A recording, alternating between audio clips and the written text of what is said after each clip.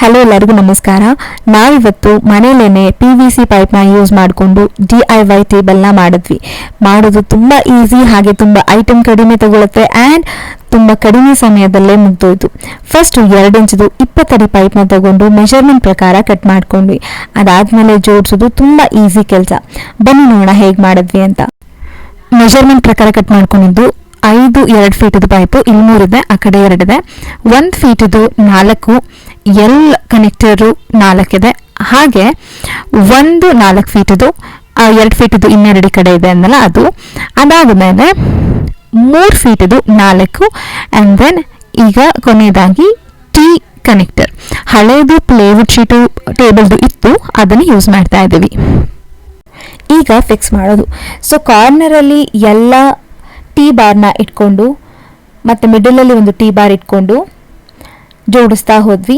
ಅದು 1 ಅಡಿ ಪೈಪ್ಗೆ. ಅದಾದಮೇಲೆ ಮಧ್ಯದಲ್ಲಿ 4 ಅಡಿ ಪೈಪು, ಸೈಡಲ್ಲಿ 4 ಸ್ಟ್ರೇಟ್ ಆಗಿ 3 ಅಡಿ ಪೈಪ್ನ ನಿಲ್ಲಿಸ್ತಾ ಇದ್ದೀನಿ.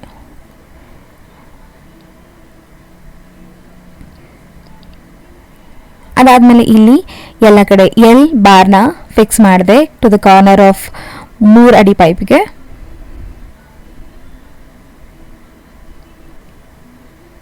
ಸೊ ಇಲ್ಲಿ ಈ ಪೈಪ್ನ ಡೈರೆಕ್ಟಾಗಿ ಕನೆಕ್ಟ್ ಮಾಡ್ಕೊಳ್ಳೋ ಬದಲು 2 ಸಪ್ರೇಟ್ ಆಗಿ ಮಾಡ್ಕೊಳ್ತಾ ಇದ್ದೀನಿ. ಯಾಕಂದರೆ ಮಧ್ಯದಲ್ಲಿ ಕನೆಕ್ಷನ್ ಬೇಕಾಗುತ್ತೆ ಸಪೋರ್ಟಿಗೆ, ಇಲ್ಲ ಅಂತ ಅಂದರೆ ಭಾರ ಇಟ್ಟಾಗ ಬಿದ್ದೋಗೋ ಚಾನ್ಸಸ್ ಇರುತ್ತೆ.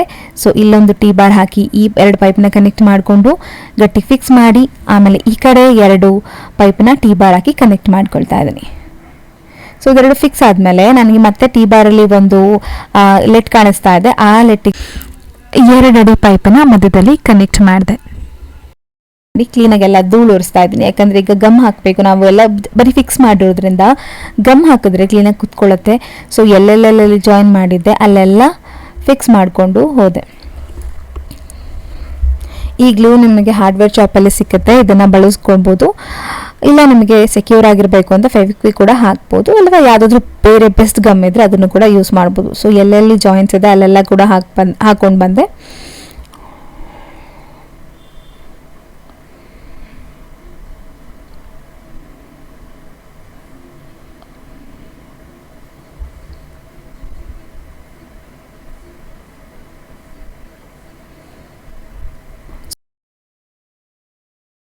ಮುರಿದೋಗಿ ಟೇಬಲ್ದು ಬೋರ್ಡ್ ಆಗಿತ್ತು, ಇದನ್ನು ಇವಾಗ ಉಲ್ಟಾ ಫಿಕ್ಸ್ ಮಾಡಿ ಈಗ ಇದಕ್ಕೆ ಎಲ್ಲ ಕರೆಕ್ಟಾಗಿ ಸ್ಕ್ರೂ ಹಾಕಬೇಕು.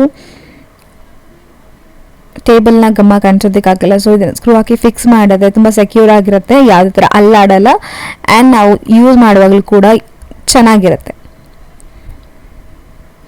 ಸೊ ಪ್ರಾಪರಾಗಿರೋ ಸ್ಕ್ರೂ ಹಾಕಿ ಟೈಟ್ ಮಾಡಿ ಎಲ್ಲನೂ ಕರೆಕ್ಟಾಗಿ ಸೆಕ್ಯೂರ್ ಆದಮೇಲೆ ನಮ್ಮ ಟೇಬಲ್ ರೆಡಿ ಆಗಿರುತ್ತೆ. ನೀವು ಅದಕ್ಕೆ ನಿಮಗೆ ಇಷ್ಟ ಆಗಿರುವಂಥ ಕೋಟಿಂಗ್ನ ಅಥವಾ ವಾಲ್ಪೇಪರ್ಗಳನ್ನ ಸ್ಟಿಕ್ ಮಾಡ್ಕೋಬೋದು, ಅಥವಾ ಸ್ಟಿಕ್ಕರ್ಗಳನ್ನ ಅಂಟಿಸ್ಕೋಬೋದು.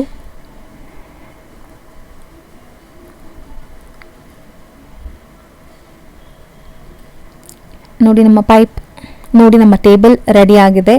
ಸೊ ನಾನು ಕುತ್ಕೊಂಡು ತೋರಿಸ್ತೀನಿ ಎಷ್ಟು ಗಟ್ಟಿ ಇದೆ ಅಂತ. ನಾನು ಅರೌಂಡ್ 53 kgs ಇದ್ದೀನಿ ಆ್ಯಂಡ್ ಅದು ಕ್ಲೀನಾಗಿ ತೂಕ ತಡೆಯುತ್ತೆ, ಇನ್ನು ಭಾರ ಇದ್ದರೂ ಕೂಡ. ನಾನಿಲ್ಲಿ ಪೇಂಟ್ ಹಾಕೋಣ ಅಂತ ಟ್ರೈ ಮಾಡಿದೆ, ಬಟ್ ಅನ್ಫಾರ್ಚುನೇಟ್ಲಿ ಪೇಂಟ್ ಆಗೋಯ್ತು, ಎಲ್ಲ ಕಡೆನೂ ಫಿಲ್ ಮಾಡೋಕ್ಕಾಗಲಿಲ್ಲ. ಬಟ್ ಇರಲಿ.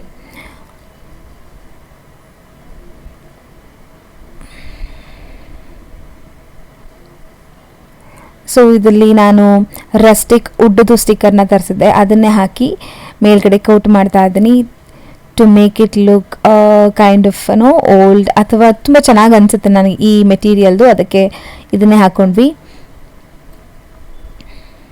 ಸೊ ಬೇಸಿಕಲಿ ನಾನು ಇದನ್ನು ಮಾಡ್ತಾ ಇರೋದು, ನಾನೊಂದು ಕುಕಿಂಗ್ ಯೂಟ್ಯೂಬ್ ಚಾನಲ್ನ ಸ್ಟಾರ್ಟ್ ಮಾಡಬೇಕಿತ್ತು. ಅದಕ್ಕೆ ಒಂದು ಟೇಬಲ್ ಬೇಕಿತ್ತು ಸ್ಟವ್ ಇಟ್ಕೊಳ್ಳೋದಕ್ಕೆ. ಆ ಪರ್ಪಸ್ಗಾಗಿ ಟೇಬಲ್ನ ಆಚೆ ಕಡೆ ನೋಡಿದ್ವಿ, ತುಂಬ ಎಕ್ಸ್ಪೆನ್ಸಿವ್ ಇತ್ತು. ಅದೆಲ್ಲ ಯಾಕೆ ಅಷ್ಟೊಂದು ಖರ್ಚು ಮಾಡೋದು ಅಂತ ಅಂದ್ಬಿಟ್ಟು 1,000 ಆಗೋಷ್ಟರಲ್ಲಿ 1Kಯಲ್ಲಿ ಎಲ್ಲ ಐಟಮ್ಸ್ ಬಂತು. ಆ್ಯಂಡ್ ಹೆಂಗೂ ಟೇಬಲ್ದು ಶೀಟ್ ಆಲ್ರೆಡಿ ಇದ್ದಿದ್ದರಿಂದ ನಮಗೆ 1,000ದಲ್ಲಿ ಒಂದು ಟೇಬಲ್ ರೆಡಿ ಆಗಿತ್ತು. ಅದು 3 ರಿಂದ 4 ಗಂಟೆಯಲ್ಲಿ. ನೋಡಿ ಎಷ್ಟು ಚೆನ್ನಾಗಿ ಕಾಣಿಸ್ತಾ ಇದೆ ಅಂತ. ಸೊ ಇದನ್ನು ನೀವು ಸ್ಟಡಿ ಟೇಬಲ್ ಆಗಿ ಅಥವಾ ಡಿನ್ನರ್ ಟೇಬಲ್ ಆಗಿ ಕೂಡ ಬಳಸ್ಕೋಬೋದು. ಆ್ಯಂಡ್ ನಿಮಗೆ ಇದು ವಿಡಿಯೋ ಇಷ್ಟ ಆದರೆ ಲೈಕ್ ಮಾಡಿ, ಹಾಗೆ ಶೇರ್ ಮಾಡಿ, ನಮ್ಮ ಚಾನಲ್ನ ಸಬ್ಸ್ಕ್ರೈಬ್ ಮಾಡ್ಕೊಳ್ಳಿ. Thank you so much.